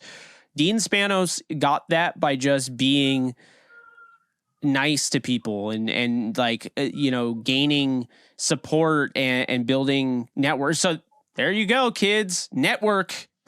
You might get a stadium that you don't even need to buy and have someone spend billions of dollars on it for you. Oh my God. Honestly, I just need like a sugar daddy, but like to buy you a stadium. That's all we need in life, right? He's the poorest owner in football. It's not even close. Okay, so let's get back to actual football. So this is a statement that I guess like it's a saving game for you guys. In the last 4 seasons, I'm going to bring it up because I have to. The 49ers are 8-0 against the Rams in the regular season. You guys have won a Super Bowl in there, so I'm not going to totally slam you guys. Like, that was heartbreaking for me. I lived here, stayed up for that game. I cried. I cried myself to sleep. It was terrible. However, it seems like we set ourselves up for the sweep every season. So what, I guess in your humble and very knowledgeable opinion, what are the 3 keys for LA to finally snap that streak and get the dub against San Francisco? Yeah. Well, I think first off, you got to be able to protect Matthew Stafford because you have to assume coming into this type of, matchup. I mean, the 49ers built their team to beat the Rams. Okay. Like that's what they did. The Rams built their team how they wanted to build their team. The 49ers built it to beat the Rams because who's the one team that the 49ers really respect every year? It's the Rams, and that's why it's like, I don't think people realize that the 8-0 speaks volumes to the fact, like, look, we make it our mission to take the Rams down every year. So, the way I see it is you protect Stafford and it sets you up to be in this game, which could be a shootout just right off the rip because you can't discount the 49ers offense. I think that the biggest key is protecting Stafford. The second biggest thing is I don't even know if it's possible because I don't know if you saw Christian McCaffrey when he came out of the draft and he looked like a stick thin running. Stick thin wide receiver. Yeah. He is thick with 2 C's. I've seen. Like, you know what I'm saying? Like, and so he is the best running back in all football. And his whole thing has always been injuries, but he stayed healthy with San Francisco. And he is so hard to bring down. If you're setting the edge, even if you're in great position, he's going to break that tackle most often. So the second thing, I don't know how realistic it is. The second key is to stop and contain Christian McCaffrey. And most importantly, contain those outside zone runs because that's what's going to beat you over the head consistently. McCaffrey's dangerous and he's dangerous out of the backfield as a pass catcher, as a runner. He can win in pass pro as well. So, I think that's definitely the second biggest key. I think the third biggest key is making Brock Purdy's life a living hell. And I'm not saying it's possible because I'll tell you right now, I like Byron Young, the rookie pass rusher. He had 5 pressures in the last game with Aaron Donald, but after that, it's like, I don't know. Like, I still think they should have signed somebody. They're missing. They definitely need another edge defender that can get to the quarterback. Don't be surprised if the Rams are winning games and at the deadline they decide to trade for a pass rusher, like a big one. Wouldn't be surprised. I mean, they tried to get Brian Burns last year. Carolina just wouldn't trade. Even for 3 first-round picks or whatever they offered, Carolina wouldn't do it. So, I think they're going to try and do that. But in this game, they got to get pressure on Purdy because if he has all day to throw, he's already good enough moving, like maneuvering throughout the pocket. Yeah. We saw him, I forget who it was. I think it was Rob Guerrera, I want to say, posted a video and he totally baited the free runner coming off the edge, left side. And Purdy did a Russell Wilson spin and went to the other side of the field and, made a really nice play on that drive. And, he's already dangerous with his legs. He has nifty feet. You have to be able to pressure him in this game. If he has a clean pocket all day long, then at that point, you're just hoping that Stafford can just continue to gunsling. But, I mean, the run game I don't think is going to be very useful. You can't stop running the ball, though. You have to show that you're at least capable of, making that decision. Like, okay, we still have to stop the run. Okay, we can't just, completely take everybody out of the box. But I think those are the 3 keys. putting pressure on Purdy, keeping Stafford upright, and containing Christian McCaffrey. Because don't get me wrong, Brandon Ayuk, I think, is becoming a superstar. I really believe that. I've said this, and I'm going to get hate for it probably, but understand it's not disrespect of his game. Deebo Samuel is not a good receiver. He is a very, very good playmaker. He is a game-breaking player, but he's not a great natural hands catcher of the football. He brings it into his body. He doesn't run great routes. Brandon Ayuk runs the precise routes. Brandon Ayuk has the great hands. That is why Brandon Ayuk is the guy that I think could be the superstar. The question is, though, what's going to happen when Brandon Ayuk, now he needs to get paid? Are the 49ers going to move on from Deebo? Are they going to try to make that thing work? And are they going to move on from Ayuk? You're in a little bit of a predicament there. And so it's surely interesting. And not something I would want to deal with because, in a perfect world, you'd want to keep everybody. Baby problems. Okay. Back to this. Okay. Yes. So my daughter hasn't been away from me for a little while, and she's just not having a good night right now. It's one of those nights, so it's fine. Obviously, we're gonna look at the two guys that stand out to me on both of our defenses. So you guys have Aaron Donald. We have Nick Bosa. Nick Bosa just signed this massive deal last week and he didn't do much. He didn't do as much as I thought he was gonna do. But if you're taking let's say we take a shark and a bear in a fight. I'm looking at Aaron Donald and Nick Bosa. Who wins in the fight? I'm not betting against Aaron Donald. Ooh, spicy. Aaron Donald would win any fight. Aaron Donald is not of this world. His body fat percentage, it should be illegal. He's a defensive lineman who's got an 8-pack set of abs. There's no other defensive lineman in the league like that. Period. True. He's just... True. And he's blown me away because he was the guy that I wanted in that draft. I still can't believe they picked Greg Robinson first. I can't believe the Rams passed on Aaron Donald at 2. But Aaron Donald's blown me away because you watch him at Pittsburgh and it was a no-brainer he was going to be a problem. Yeah. But what he has sculpted his body into is just not normal. Not normal. He is he is the legend. When people talk about Jordan, Michael Jordan's work ethic, I think Aaron Donald has double that. I think Aaron Donald has the biggest. Aaron Donald has the craziest work ethic in the history of pro sports. You know what? I can't even discredit you on that because I've watched his stories on Instagram and stuff, and I'm watching what he does, and I'm like, holy smokes, this guy's not human. He's crazy. I don't know, some of the stuff he does, I'm like, is this guy human? No, he's an alien. He's some sort of beast that I've never seen before. So yeah. I'm not gonna ever go against Nick Bosa because I love Nick Bosa. He's obviously my guy, but Aaron Donald is the only guy that I could see him, having a struggle with. Aaron Donald would beat anybody in the UFC. He would take down the world's strongest man.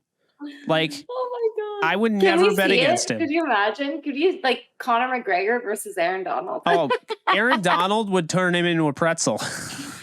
Well, the one that we see now of Conor McGregor, I would say yes. Maybe in his prime might be different. I don't know. I'm taking Aaron Donald. I'm taking AD. I until proven otherwise, I've never seen Aaron Donald get pushed around like he was nothing. I know people shared that Daniel Brunskill, he owned him. Aaron Donald went up to try to knock down the ball and he pushed him. That's not owning him. If you go man to man with Aaron Donald and you pancake him, that's different. But no one's doing that.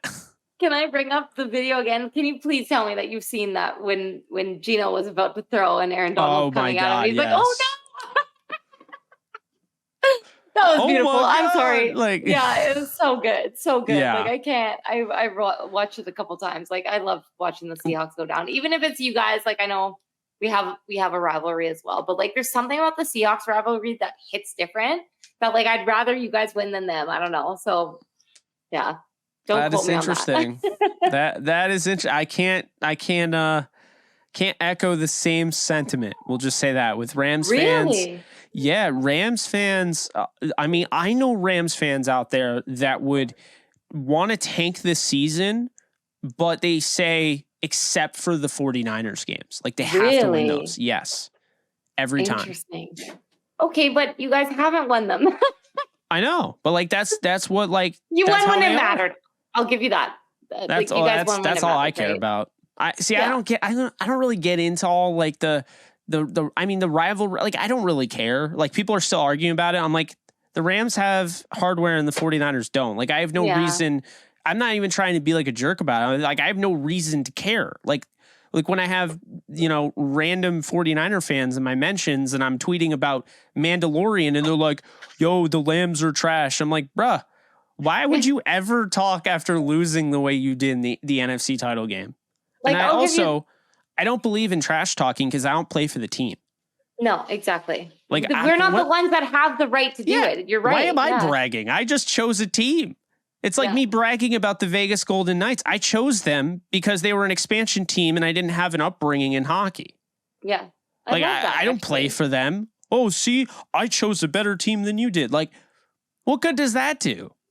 No, it means nothing. And honestly, like, it's one of those things that I haven't witnessed since I've been a fan. I have not witnessed a 49ers Super Bowl. And it's sad. And everyone can say, oh, our dynasty back in the day. I wasn't alive for a lot of it. And then when I was alive, I was not a fan. I was young. I didn't know what the hell was going on. So for me, like when we have Rams fans coming at me and they're like, oh yeah, well, at least we have the Super Bowl. I'm like, yeah, you do. And I'm kind of sad about it. Like, I'm not going to lie. I'm jealous. Like there's nothing I can say. Yeah, we have swept you guys, but does regular season matter when we don't have a Super Bowl?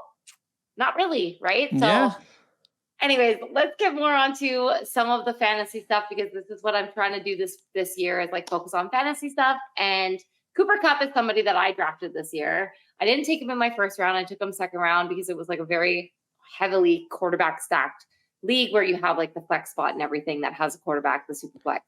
So Kupp is on the IR. Are we all in on Tutu? I know you were mentioning him before. Is he somebody that we want to grab for this week's fantasy flex spot or even maybe our wide receiver too? What are your thoughts? Given that you have all this knowledge about the Rams. Yeah, so when I watch the 49ers defense, they take away the middle of the field. So I am concerned. Like everyone's like, oh, pick up Puka Nacua. And I'm not against him. I'm not saying last week was a fluke, but I think it was more so like Seattle allowed him to do everything. The 49ers take away that middle of the field. When you have like the best linebacker tandem in the league, like that middle of the field is not available there. So you need a guy to stretch the field to open up everything else. And I feel like that's why like Tutu Atwell to me, you look at OBJ in the NFC title game, you look at, even Ben Skoranek, he dropped the wide open touchdown, but look, he was wide open in the end zone. Those guys that can stretch the field, that can test the defense are going to open up everything else in the offense. And people are sleeping on Tutu Atwell, man. The guy had 119 yards last week. I said right before the season he's going to go over 1,000. People are like, what? He's a bust. How is that possible? He was working inside. He was working outside. He can get off the line of scrimmage. He was owning guys. I can tell you right now, the Raiders joint practice was the thing that really was blowing people away. I wasn't there, but everything I heard was like Tutu Atwell had this thing coming. Like everyone could tell this guy was about to explode that saw him in camp. So I think this is the guy to pick up because right now everyone's like talking about, I'm going to use all of my fantasy football balance on going out and getting, Puka Nacua. It's like, I'm just going to get Tutu Atwell. Like, I'm not going to fight and scratch and claw and, you're going to put $70. I'm going to put 60. I'm not even going to bother because I'm not going to get Nacua. I don't have what it takes. I saw people putting up 156. No, I'm going to go after Tutu Atwell, who's probably already on my roster if I'm the one running that roster. But if you are out there in fantasy and you're concerned, you woke up this morning and you saw, I didn't get Puka Nacua. Are you kidding me? If Atwell's still there and you haven't screwed this up, go and pick him up now. Okay. So that we're going to crown him our starter. He's actually somebody that I picked up because I have Kupp and I'm like, you know what? I'm going to go get Tutu. Why not? We have believe in Tutu. I believe in Tutu. And so who do you think deserves to keep the bench warm this week? Just because that Niners D, we know how they be. They dishevel everybody. What do you think? I just don't see Cam Akers doing anything this week. I hope this ages poorly.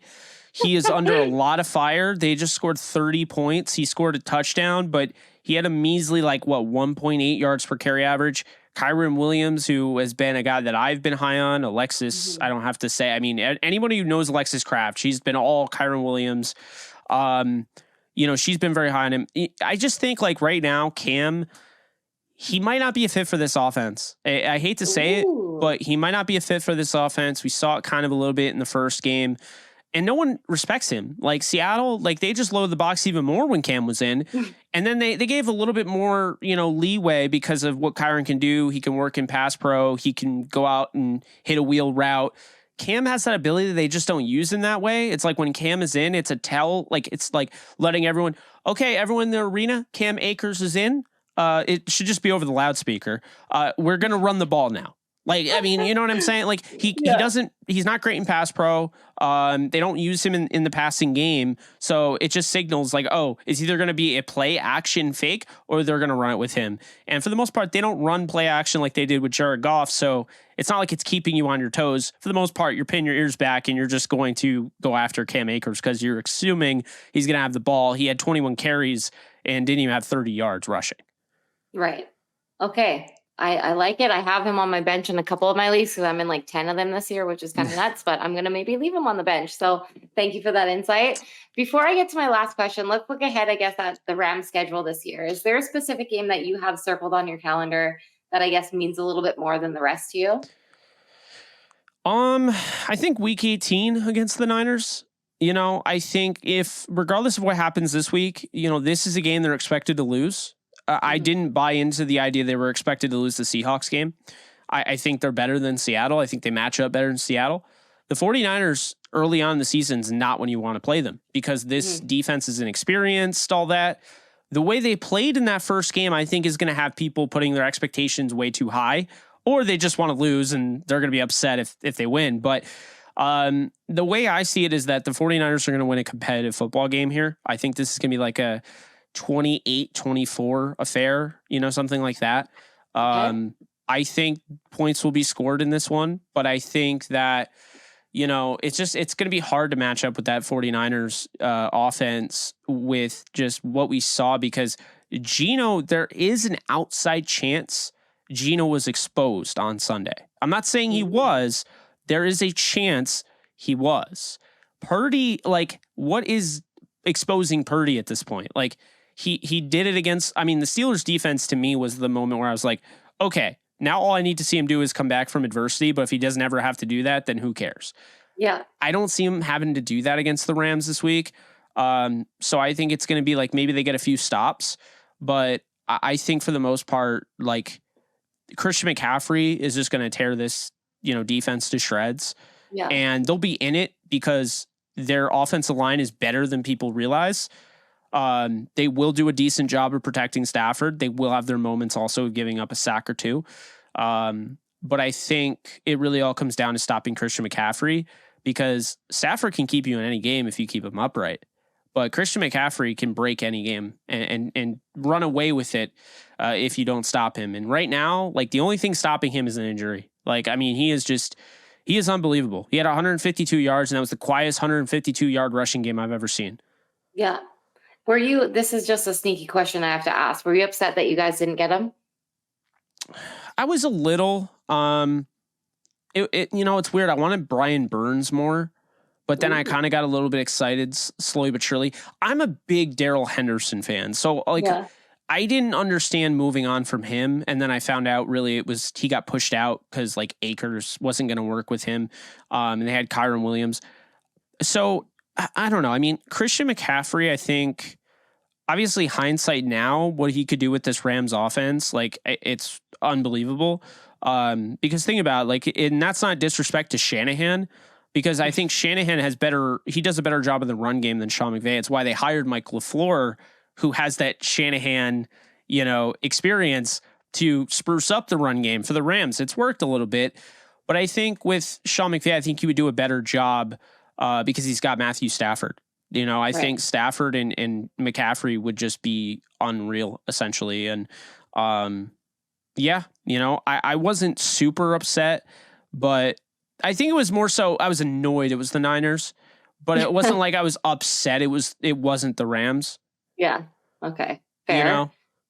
That's fair. If really the Packers happy that got it was OBJ, I would have been more pissed though. Oh, interesting. Yeah, because OBJ is my guy. Like I've seen you have some interactions with him too, and it's been pretty cool. Yeah, he's a good dude. I've always been a fan of his. He always got hated, not and I get it. He's got a personality, but he's fun. I think people just don't like fun. No, people want to pick at everything, and like he's a very eccentric kind of person, and gives a lot of people something to work with, right? So that's fine. Yeah. Getting back to just like the games that we have circled. So for me, obviously it's a toss up. Like I have the Eagles. That's sweet NFC Championship revenge tour that we're looking at, and then of course it's the how about them Cowboys. Like that's that one that I've kind of got circled that I'm like, oh my God, that's the game. If I could go to any game, that would be the one. Because of course now they employ my guy, Trey Lance. He's behind Dak Prescott for now. Yeah, we'll see. We will see. Now. You were also somebody that I guess was very vocal about Trey Lance and everything. And it's something that, me and you actually talked about a little bit before. And, he took a lot of heat, especially from Lombardi. You mentioned him earlier. He had said something that was very personal. He dug at him a little bit and it pissed me off. I know it pissed you off a little bit too. And I shared a clip of what you had said in one of your shows that you did. And I guess, what about Lance's situation resonated with you enough that, you had to go to bat for him the way that you did? So it's easy for me to say he was my QB1 in that draft. I thought he was better than Lawrence.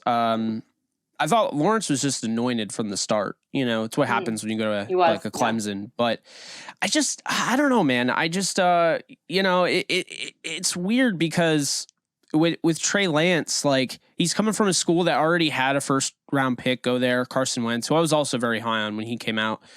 But I think it was just the fact like he was a 3-star recruit. He could have gone anywhere, but it was more so like, watching his skill set. I mean, this guy's like Cam Newton mixed with like maybe some Carson Wentz mixed with, I even saw some Kurt Warner in there a little bit. And I just felt like he really had it, and COVID ruined everything, I think, for him. He had the showcase game, which he shouldn't have played because it just made him look worse. But he ended up getting drafted at 3rd overall. I still believe he was the best quarterback in that draft.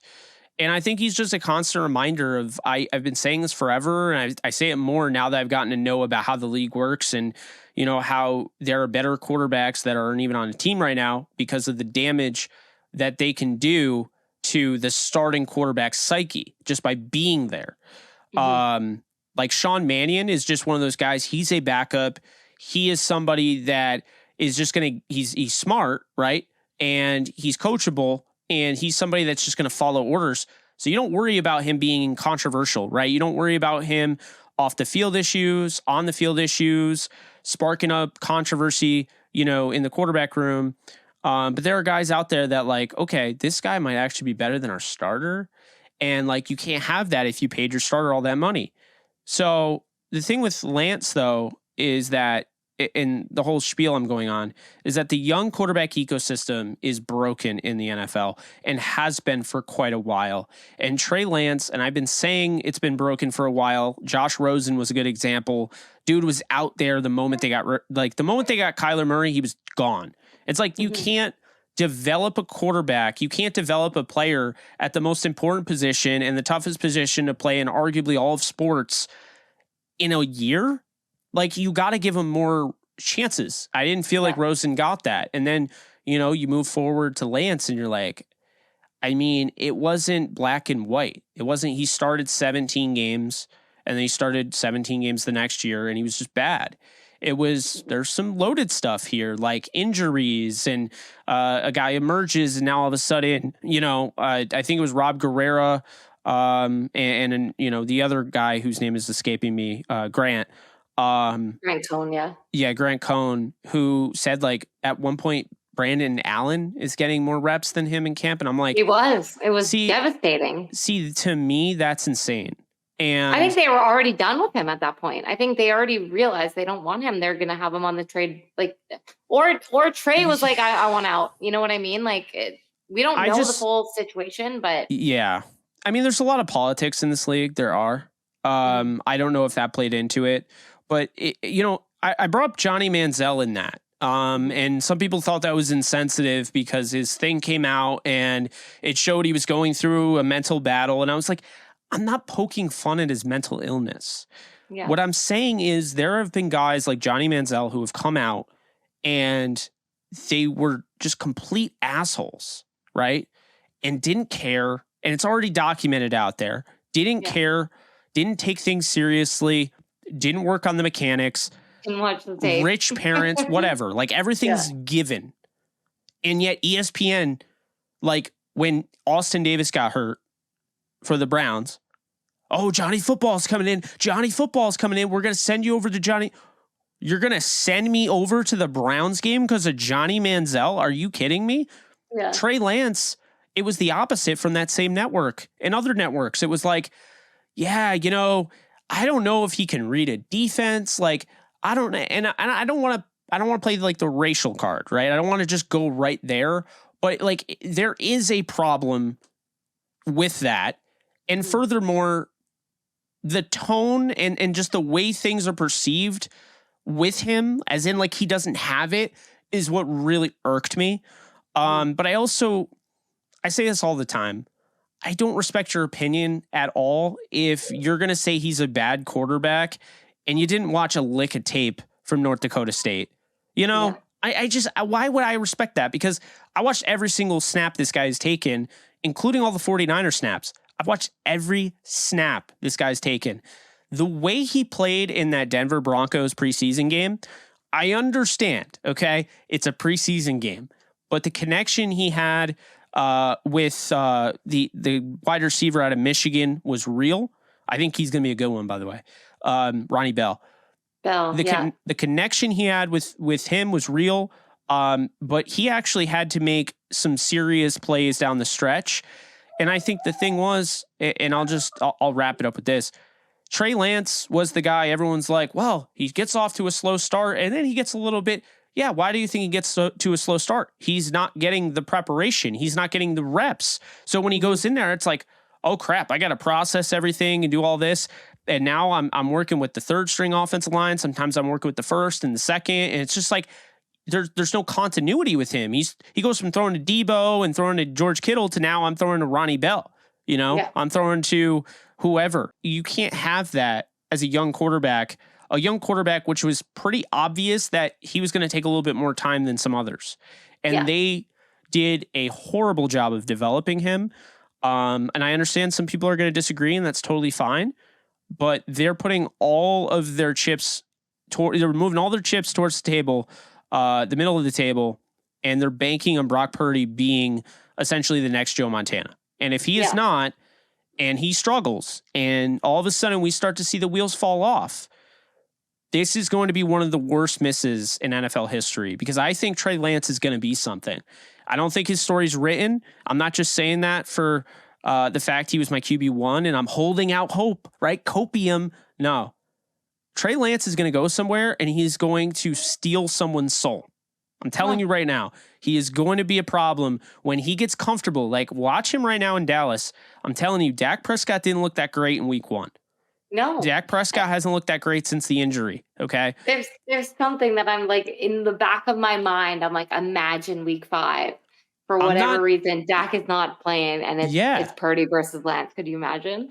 I would not be surprised if Lance is starting for the Cowboys next season. I wouldn't be surprised if he has to take over this season.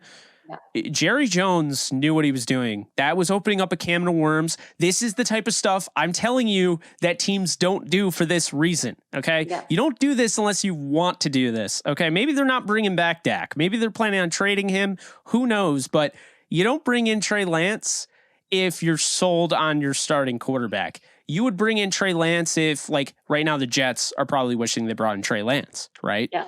You know, you don't bring it in when, like, you have Dak Prescott, who's going to be your starting quarterback. In all likelihood, he could be for the next 10 years.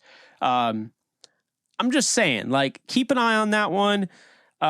You know, Lance has all the skills that you would ever want in a quarterback. He's somebody that you would design in a lab, and I just think the 49ers did such a poor job of showcasing him. It's why you only got a 4th round pick. Yeah. Honestly, it still breaks my heart. I don't know if you saw me sipping out of my mug earlier. I have him on my mug. Lance, I have his jersey. I was all in on Lance. Of course, I'm still Team Brock Purdy, and this is something like whoever suits up for my team, I'm going to support him.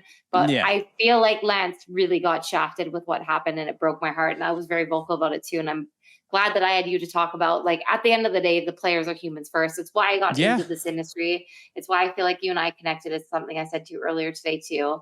And you've had really amazing interactions with players, like we brought up with OBJ and everything too. And even when our teams are rivals, it's something that, like, I've seen that the volatile back and forth can happen online, and a lot of the comment sections can get a little crazy from other fans. And I appreciate the fact that, like, you're able to still keep your cool and see the person before the player. So thank you for doing that. And thank you for speaking on behalf of Trey Lance, even though I'm sure some of the Ramley was not super pumped on it, but that's fine.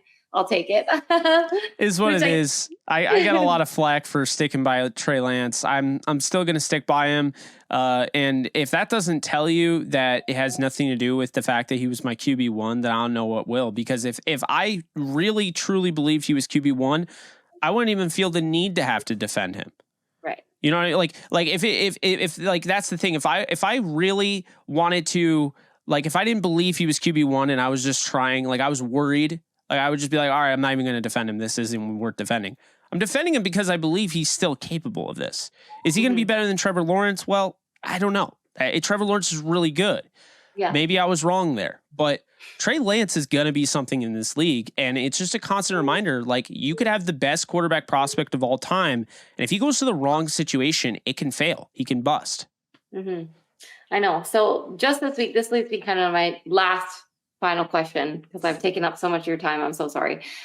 This week, I had somebody yell at me about supporting Lance. They were like, oh, like, I have the receipts. I have the receipts of you putting down Brock Purdy because of all the Lance support. And I've never put Brock Purdy down. Like, during training camp, I thought, okay, Purdy had a lot of interceptions. We know how training camp can go. A lot of the interceptions don't matter. The year that Jimmy G threw like 5 in one training camp, like, for one day in training camp, we ended up going to the Super Bowl. So these kind of things, they don't matter. I'm one of Purdy's loudest supporters. I've always been Team Lance. Like, I support the quarterback. It's never been like one side or the other for me. And so I guess, like, I've sifted through some of the interactions and I realized, like, some dudes just, like, they're not crazy about a woman in particular talking about sports and, like, holding her own when it comes to football. And so I've dealt with this a lot. I've had to, grow a tough skin from it. I've gone through some of my own stuff in the past that has made me be able to bear with this in a way that I don't think other women can. But there are plenty of people, women, men, anyone, who are afraid to do what me and you are doing right now. You've done an incredible job just focusing on what you do on your own and, like, blocking out the noise. Even if people are giving it to you, you just keep going. So what advice do you have, I guess, to others who are hoping to accomplish what you have, whether it be on YouTube or the other things that you're doing? Is there something that you could say to somebody that's hoping to do what you're doing one day? Yeah, I mean, just know that it comes with the territory. When you're putting yourself out there, people are jealous. People are jealous they're not. And so you don't know. Someone could be having a really bad day and they see, oh, of course, this Jake guy just got a new promotion. It seems like he's always doing stuff and I'm not. And, and that's just the way, like, some people are. And, like, look, I'll clap back at some people every now and then. Like, you notice that. I will. Yeah. But I think it's important to realize that at the end of the day, it doesn't matter. I remember, I think it was Tom Holland that quoted, what was it? It was Tom Holland that quoted Benedict Cumberbatch. And I'm sure he got it from somewhere else. But he said, if you have a problem with me, text me or call me. But if you don't have my number, then you don't know me well enough to have a problem with me. And so, and obviously that can be translated a little bit better in, like, Twitter terms, like, if you don't follow me, whatever.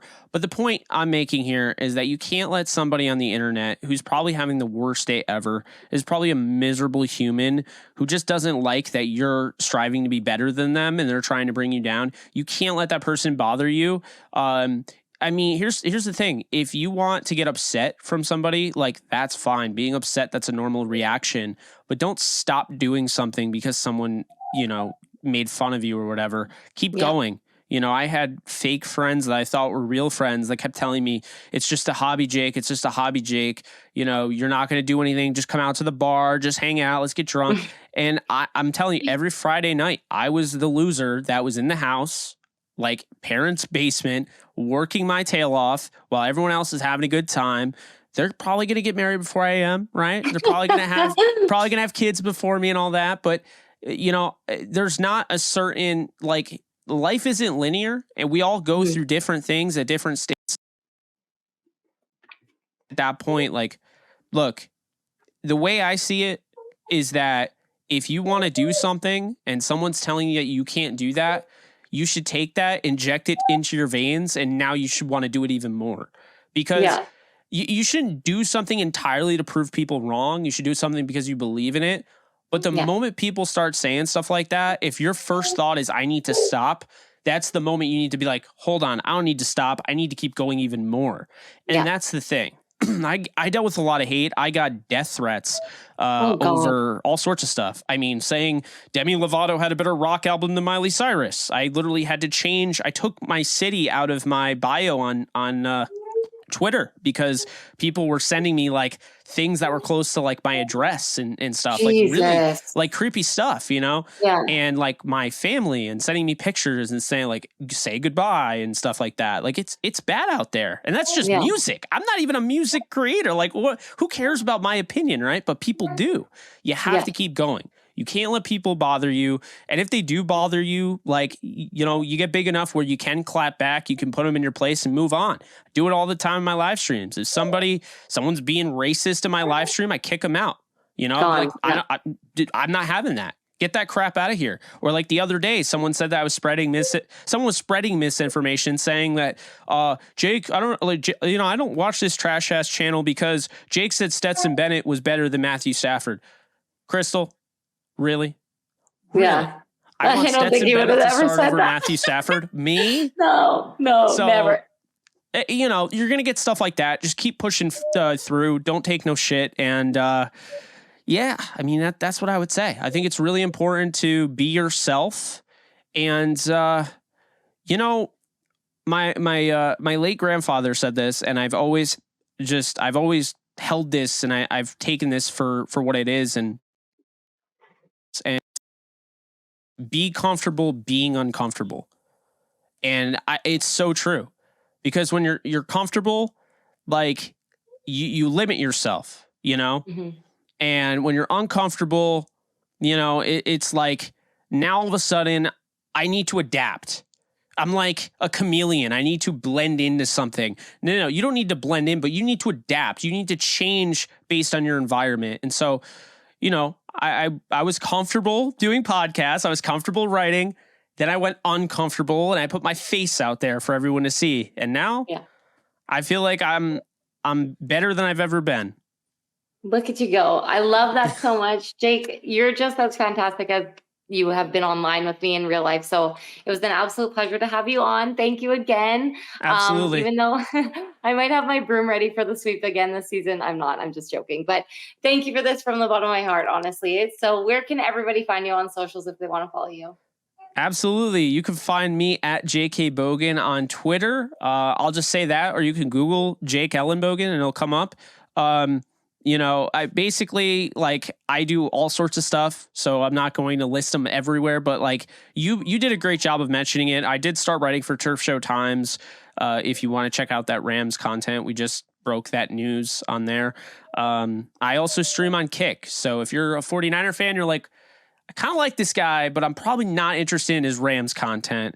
I also game a little bit on there as well. Nice. I play Warzone and all sorts of stuff, and I interact with people. It's a fun time, and we're growing over on Kick. You should definitely get in on Kick when you start streaming. I'm gonna look into it. Yeah. Yeah. But anyway, that's me. You can find me on all those places. Well, thank you, Jake, and thank you everyone for watching Crystal Ballin. I'm back next week, and I've got the Queen of White Claws with me. She's somebody who has too many daddies to count, and I'm going to make her explain what the hell happened week 1 to her Giants. My friend Steph? I don't want to say. It might be. Oh, okay. It might be, but we're going to preview the Giants and 49ers week 3 matchup against New York. Okay. So everybody, I love you guys. Thank you so much. And sending all the fantasy good vibes to you guys. Win your fantasy week. And we love you guys. Thank you and peace.